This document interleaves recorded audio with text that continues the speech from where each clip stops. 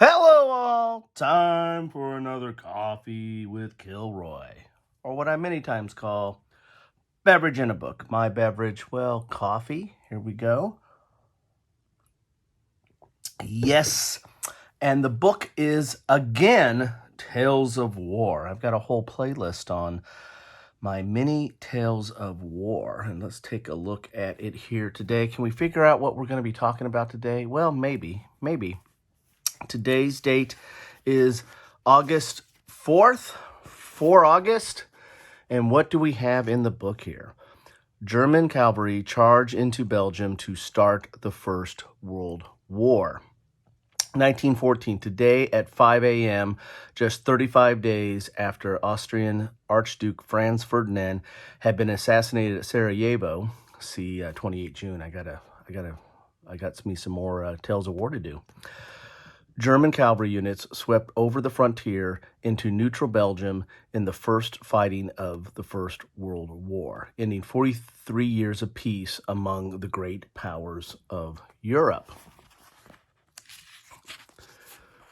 Although the great Bismarck had completed the unification of Germany in 1870, the country in truth was an amplified Prussia. The Kaiser was the Prussian king, and the German army was loyal to him alone. The prime minister, too, was responsible only to him, not the Reichstag. Furthermore, the country had a three-tier voting system giving disproportionate weight to the rich and powerful. As the most populous European nation, this military autocracy was determined to be reckoned among the greatest powers and alarmed its neighbors with its military and naval buildup. Yet Germany felt itself a victim, encircled by France on the west and Russia on the east, two countries that had allied themselves solely from the fear of German might. When Germany launched its attack, most of its citizens felt that they were only defending themselves. Germany's northern sweep through Belgium was a central element to the 1905 plan developed by Prussian General Alfred von Schlieffen. His aim was to destroy the French with a massive attack while fighting and holding action against Russia. Since heavy fortifications on the German-French border precluded a direct assault, von Schlieffen advocated sending a massive army on a quick enveloping dash through neutral Belgium. The Germans would storm past Brussels, down into France, and at Lille, and along the coast, then swing around below Paris to catch the main French army from the rear.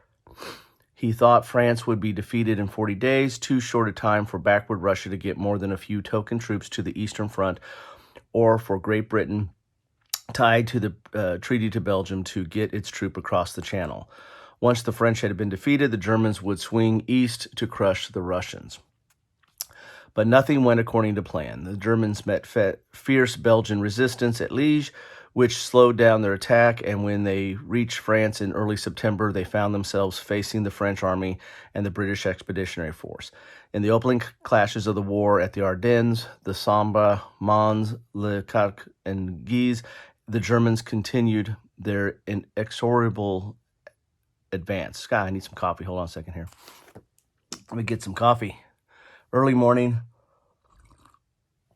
And I'm kind of fighting something. I don't know if I got some nasal congestion or what here. But at the Marne in early September, the Allies managed to hold the line and mount a counterattack, stalling the Germans' onslaught and forcing them back into position that would not change much over the next 4 years. In like manner, war against Russia proved far more difficult than anticipated. Despite early German victories at Tannenberg and the Masurian Lakes, by autumn the two sides were stalemated and the horrors of trench warfare on both the eastern and the western fronts. Instead of 40 days, the war had another 4 years to run. By the time the conflict finally grounded to a halt, Germany had committed some 11 million men, of whom 1,774,000 had been killed and an additional 4 million had been wounded. Perhaps luckily for General von Schlieffen, he died in January 1913, too early to see how disastrous his great plan would turn out to be. So there you go, 4th of August, Tales of War. So you would think I'm going to be hitting a early World War I war game. Well, you know me, my channel. I get me some coffee, and I look at things from a different perspective.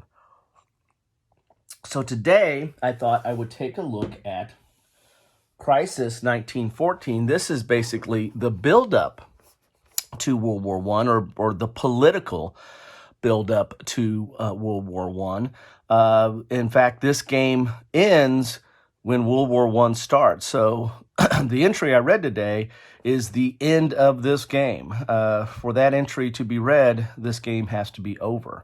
So what is this game? Well, this game is by Maurice Suckling, who has done a lot of interesting type game, what I like to call static battle type games. It's Chancellorsville, Gettysburg, Chancellorsville, 1863, and Gettysburg, A Time for Heroes.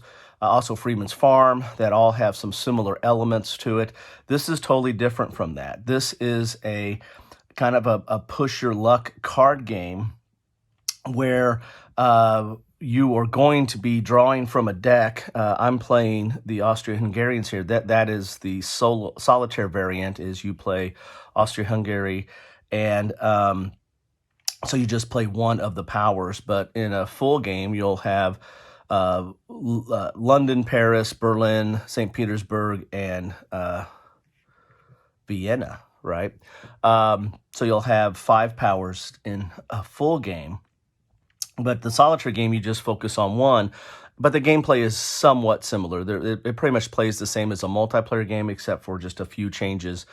Some elements that really rely on interaction between the powers, you don't have that because you don't have that in the solitaire game. But basically, you're going to have your own unique deck of cards that, for you, these are the Austro-Hungarian cards, and you're going to pull some of those cards out, and they'll come in later based on other cards or events. But then you'll shuffle those, and then you're going to draw.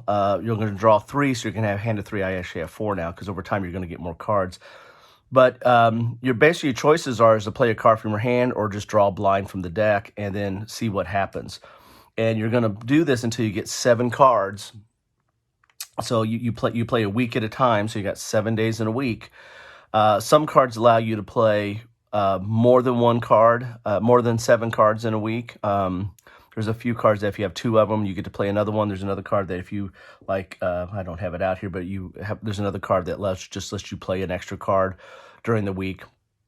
So you might have more than 7 cards. The most I think I had by playing this was 9 in a week.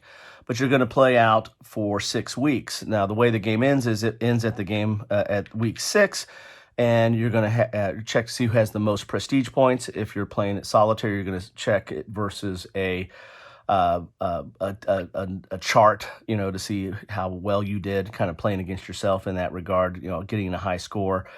The game can also end if this card here comes out. This card never got into my deck, but it was close to. There's some cards that have to be put into your deck and played before this one gets in your deck. But once this is played out, like you draw it blind and it comes out, then the game's going to be over after that turn, because that's war. So that card coming out, end of week 6, and the last one is if any of the countries or factions, if this gets to 6, this is a tension. So if this die gets to 6, now for Austria-Hungary, they only have 1 of this dies. Other countries like Germany, they have a couple. Russia has a couple. And so Germany's have 3. If any of those dice hit to 6, and of course the top one's always going to be the highest because it kind of there's a trickle down effect on tension. If that gets to 6, so those are the 3 ways the game ends. And so I played 6 weeks, got to the end, so my after action report is I barely won. It's kind of a tie. I didn't do very well on this. Playing it solitaire is a little bit different than playing it opposed, and so you're doing some different things. You're trying to do like in most solitaire games, you're trying to do a mid-max. You're trying to maximize what you can do in a turn, and it's kind of hard with what cards you have. But my results was I have 24, 26 prestige. And so I'm right at diplomatic tie. I almost had a diplomatic loss. You have to have at least 25 points to get to a diplomatic tie. As you can see there, I didn't do very well in my endeavors. But so that's the high level of the game, is just drawing blind or playing from your hand. There are some things you can do like deliberate or reorganize, which lets you modify the hand, discarding, looking at cards in the hand, or discarding your hand and getting some new cards to try to get a better play for the turn, because you only have 6 weeks and you only get 7 cards at minimum, 7 cards to play. And the cards do different things. Like, for example, these blue cards here, if you get 2 of those down in your tableau in this play area here, then you're going to be able to play an extra card. The prestige points, or the diplomatic pressure, is these numbers up here, and that's how you score prestige points. At the end of the week, you're going to see where you land on this track. And if you're at 14 in solitaire, you're going to get 1 prestige point. And then if you're above 18, you're going to get a prestige point for every slot you are above 18. The problem is you're going, if you hit see this +3 here or this +2 here, that's going to raise this tension die. And again, if you ever get to a 6, game over. So that's something you got to watch for. So again, a lot of it's a pressure luck. You're pulling out these cards.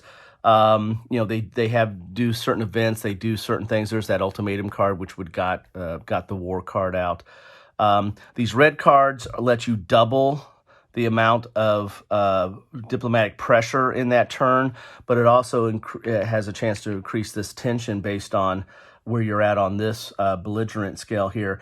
And this right here, this limits how many times you can do that action of doubling the effect.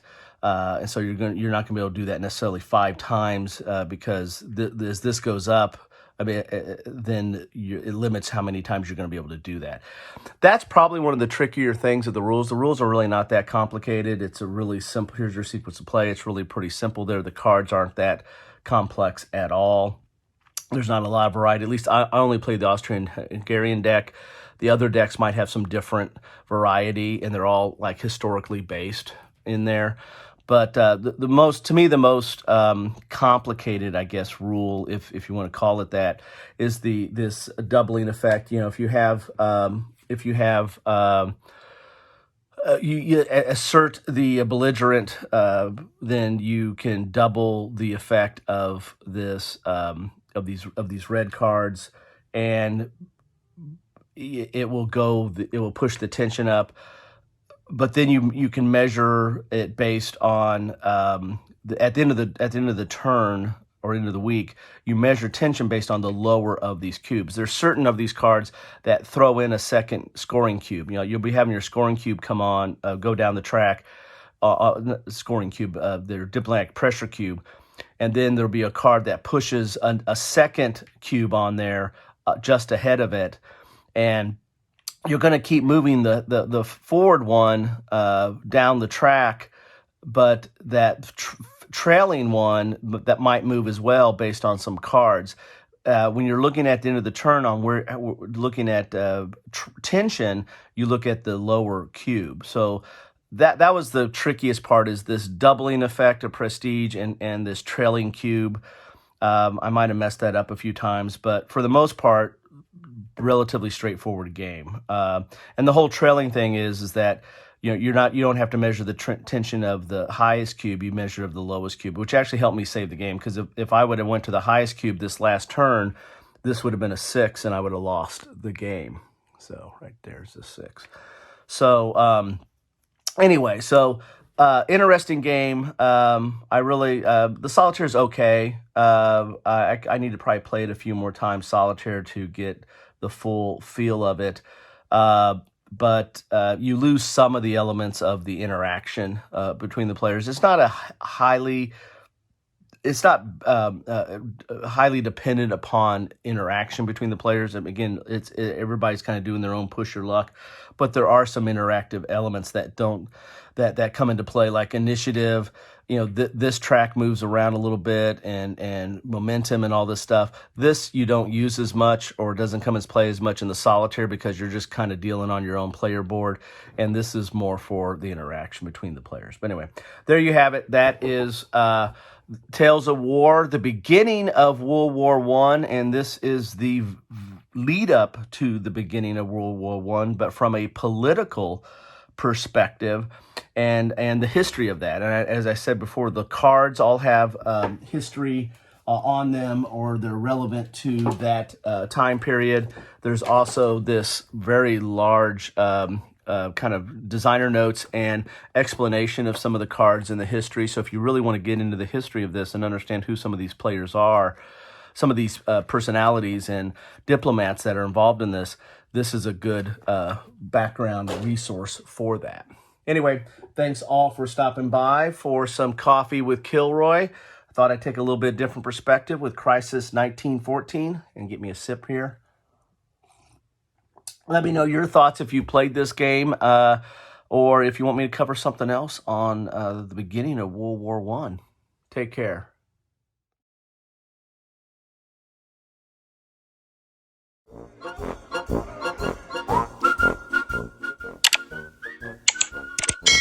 Thanks for watching.